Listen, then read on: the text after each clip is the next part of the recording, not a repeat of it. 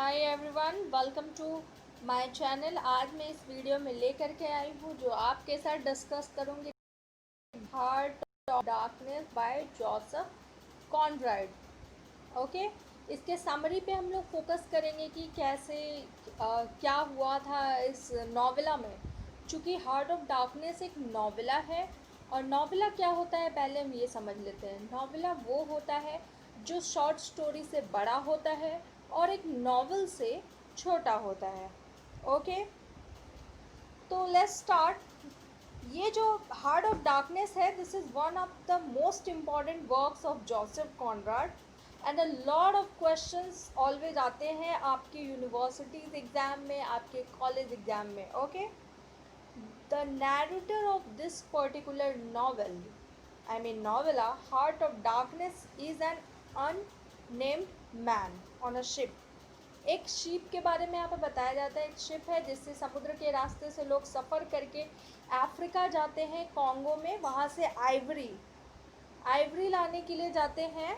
तो उसमें ये बताया जाता है कि कैसे जो है इस स्टोरी को नैरेट करता है एक अननेम्ड नैरेटर। पूरे स्टोरी में उसका कहीं भी नाम नहीं लिया जाता है।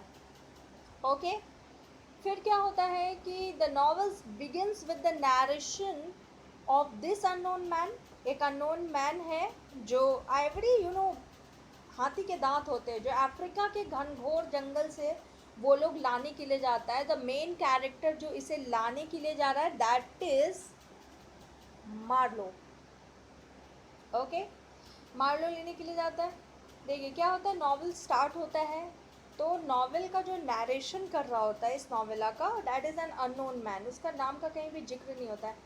बाद में क्या होता है कि मार्लो इसे जो मार्लो है वो इसे नरेट करने लगता है, और बीच बीच में एक और फिफ्थ आदमी है जो बीच बीच में आ करके कमेंट्री करता है। ओके, इसमें अगर देखा जाए तो दो नैरेटर्स हैं, ठीक है। और इसका मेजर सेटिंग जो है वो है कॉन्गो। कॉन्गो में इसका मेजर सेटिंग होता है। The entire novel can be divided into 3 parts. पूरे 3 पार्ट में है ये पूरा का पूरा नावल, जो नॉवेला कह सकते हैं इसे है। We get to know that Charles Marlow who is the protagonist. क्या होता है ना कि इसमें प्रोटैगनिस्ट रहता है चार्ल्स मार्लो। वो जा रहा होता है एक प्लेस पे आइवरी लाने के लिए, और वो प्लेस कहाँ है? इंटीरियर्स ऑफ कॉन्गो, अफ्रीका में है वो। And also he gets back to the army office name Kurtz. तो जहाँ ये जा रहा होता है, ठीक है, देखिए यहाँ पे आपको लिखा होगा that at the beginning of the novella Heart of Darkness, Marlow, a thoughtful mariner, sets off a journey up to the Congo river to meet Kurds. ये बहुत इंपॉर्टेंट कैरेक्टर है दोनों। A man known for his great abilities. कर्ज ऐसा है ना कि अपने ग्रेट एबिलिटीज़ के लिए जाने जाता है, ठीक है। Marlow is of job as a river boat captain in Belgian company to trade in the Congo. Fine. As he travels to Africa and then to the Congo, Marlowe encounters prevalent disorganized and cruelty in the company stations. वो वहाँ पे जाता है तो उसे पता चलता है कि कैसे वहाँ पे इतनी क्रुएलिटी फैली हुई है। मतलब वहाँ के जो इनहैबिटेंट्स है वो लोग उस रीजन में रह रहे हैं। कंपनी जो जो कंपनी की सर्विस है वो बहुत ही बेकार है, और उन लोगों को बहुत ज़्यादा प्रॉब्लम क्रिएट करते रहती है, ठीक है। इस बीच में अगर हम सम अप करके इसे पढ़े तो वो है कि वो स्टार्ट करता अपनी एक जर्नी शिप पे, ठीक है, और उसे अकम्पनी देने के लिए बहुत सारे लोग और भी जाते हैं, ठीक है। 3 इसमें स्पेशल लोग जाते हैं, एक लॉयर रहता है, एक अकाउंटेंट रहता है। ओके, तो इस तरीके से वो अपनी जर्नी को स्टार्ट करता है, और एक जो थर्ड पर्सन है वो खुद मार्लो है। He starts his journey with a ship and he goes to a company outer station. There he spent 10 days. Outer station में जाता है, 10 दिन वहाँ पे रुकता है, और वहाँ पे जा कर के देखता है कि नहीं, कंपनी तो वहाँ के नेटिव्स के साथ बहुत ही बुरा व्यवहार कर रही है। तो ये सोचता है कि नहीं, मुझे ऐसा नहीं करना है। ब्रूटल ट्रीटमेंट किया जाता है अफ्रीका के लोगों के साथ, वहाँ के कॉलोनाइजर्स के लिए, जो जिन्होंने उन्हें कॉलोनाइज करके यानी कि स्लेव करके रखा हुआ है। Later after moving from the first setting, पहला सेटिंग यही है जो इसका अलग अलग सेटिंग है। पहला सेटिंग यही है कि वो अफ्रीका की तरफ जा रहा है, वहाँ पे कंपनी देखता है कि कैसे वहाँ के लोगों को कॉलोनाइज किया गया है। Then he moves to central station where he get stuck for 3 months. फिर सेंट्रल स्टेशन वो पहुँचता है जहाँ पे वो 3 महीनों के लिए फंस जाता है। ओके, क्योंकि उसका जो शिप है वो टूट जाता है। And now he can not move ahead to find Kurtz. Kurtz को एक कर्ज जो है ना, बहुत ही अच्छा, बहुत ही बड़ा और पहुंचा हुआ ऑफिसर रहता है, उसे ढूंढने के लिए भी भेजा जाता है, क्योंकि पता चलता है कि कर्ज जो है वो बीमार है। ओके, तो उसे लेने के लिए जाते हैं। थर्ड सेक्शन में हमें क्या पता चलता है? थर्ड सेक्शन के पहले हमें पता चलता है कि वो कर्ज से मिलने नहीं जा पा रहा है क्योंकि शिप उसका टूट चुका है। और उसे पता चलता है कि कर्ज जो है के बारे में जानने के लिए उसकी इतनी क्यूरियोसिटी बढ़ती है, क्योंकि वो वहाँ के लोगों के बारे में सुनता है कि लोग उसे भगवान की तरह पूछते हैं। ठीक है। और थर्ड सेक्शन में हमें पता चलता है कि जब वो इनर स्टेशन पहुंचता है, कर्ज के कॉटेज में पहुंचता है, वहाँ पे वो देखता है कि कर्ज के कॉटेज के बाहर बहुत सारे डेड बॉडीज हैं। And there are a lot of dead bodies with lot of heads of African people. उसके कॉटेज के बाहर इतने सारे डेड बॉडीज हैं, इतने सारे सर हैं जो धड़ से अलग करके रखे हुए हैं, और वो कॉटेज के बाहर ही रखे हुए हैं। And when he looks at the things he got to analyse that Kurtz is a British officer who is now treated as a god by African people. Why? वो सोचता है कि अफ्रीकन पीपल कर्ज को क्यों ट्रीट कर रहे हैं इस तरीके से, क्यों उसे ट्रीट कर रहे हैं अफ्रीकन पीपल लाइक जैसे उसने कितना अच्छा काम किया हो। वो ऐसा सोच ही रहा होता है। फिर वो अचानक से क्या होता है कि वो उससे मिलता है, और उसे लगता है कि वो इसलिए, क्योंकि लोग इसे इसलिए पूज रहे हैं क्योंकि इसने सभी को कॉलोनाइज करके रखा है, क्योंकि ये सभी को डरा करके रखता है और डर के मारे लोग इसकी पूजा करते हैं। Okay, he used to kill those African people and used to put the heads of the African people in front of his house. उन्हें मार देता था अफ्रीकन पीपल को, और वहाँ पे उनके धड़ को, उनके सर को रख देता था। एक्चुअली जब कुर्च गया था ना अफ्रीका, तो वो उन लोगों को, जो ब्लैक पीपल थे वहाँ के, उन लोगों को पढ़ाने के लिए, उन लोगों को लिटरेट करने के लिए गया था, ताकि वहाँ पर जा कर के वो आसानी से सब कुछ अच्छा कर सके, उन लोगों के ऊपर ज़्यादा अच्छे तरीके से वो शासन कर सके। पर वो जाने के बाद वहाँ पे बहुत ही क्रूअल हो गया, उसके अंदर से इंसानियत जैसे मर सी गई थी। ओके, उसके बाद फिर क्या होता है कि वो सारे कुछ देखने के बाद also we get to know that there is a Russian man whom Marlowe meets before he goes to the Kurds. कर्ज से मिलने से पहले एक रशियन मैन है जो कि बहुत इंपॉर्टेंट कैरेक्टर है। एंड में, वीडियो के एंड में मैं आपको कैरेक्टर लिस्ट दे दूंगी, एक माइंड मैप भी दे दूंगी कि जो बहुत इंपॉर्टेंट है आपके लिए।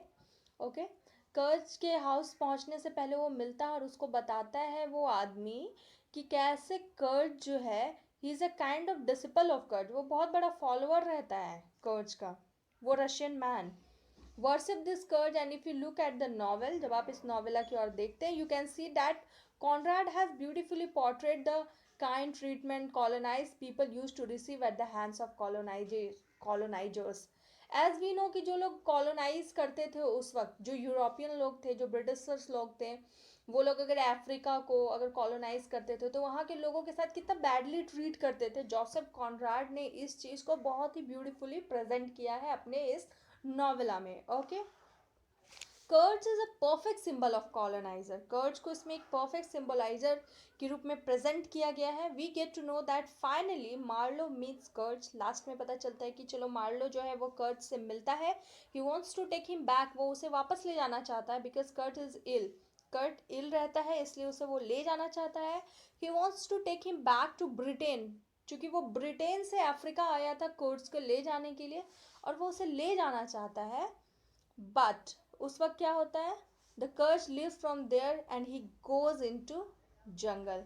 वहाँ से वो चला जाता है, कर्ज उसके साथ जाने से इनकार कर देता है और चला जाता है, और वो जंगल में चला जाता है। And there we find that Kurtz hand over all his files and papers to Marlow. और वहाँ से आने के बाद वो क्या करता है, सारा फाइल्स, जो कुछ भी अब तक वो ब्रिटेन की कंपनी के लिए काम करता रहा था कर्ज, वो सारे फाइल्स, सारे पेपर्स वो मार्लो को हैंड ओवर कर देता है। And also give a photograph of his sweet heart. अपने स्वीट हार्ट का, यानी कि उसकी जो प्रेमिका रहती है उसका एक फ़ोटोग्राफ भी देता है उसको। एंड मार्लो वो सारे डॉक्यूमेंट्स, वो सारी चीज़ें ले करके उसके साथ वापस मिल करके वो वापस ब्रिटेन आने के लिए निकल पड़ता है। ओके, उसके बाद फिर क्या होता है, when they are on the ship Kurtz dies. जब वो लोग शिप में ही रहते हैं, मार्लो जब रिटर्न होने वाला ही रहता है, तभी उसे पता चलता है कि कर्ज जो है वो मर चुका होता है। And the most important thing I would like to underline here, that जब कर्ज मरता है तो लास्ट में जो वो वर्ड यूज करता है, that is the horror, the horror. उसका लास्ट वर्ड जो होता है कर्ज का मरने के पहले कुड्स का, वो है हॉरर, द हॉरर।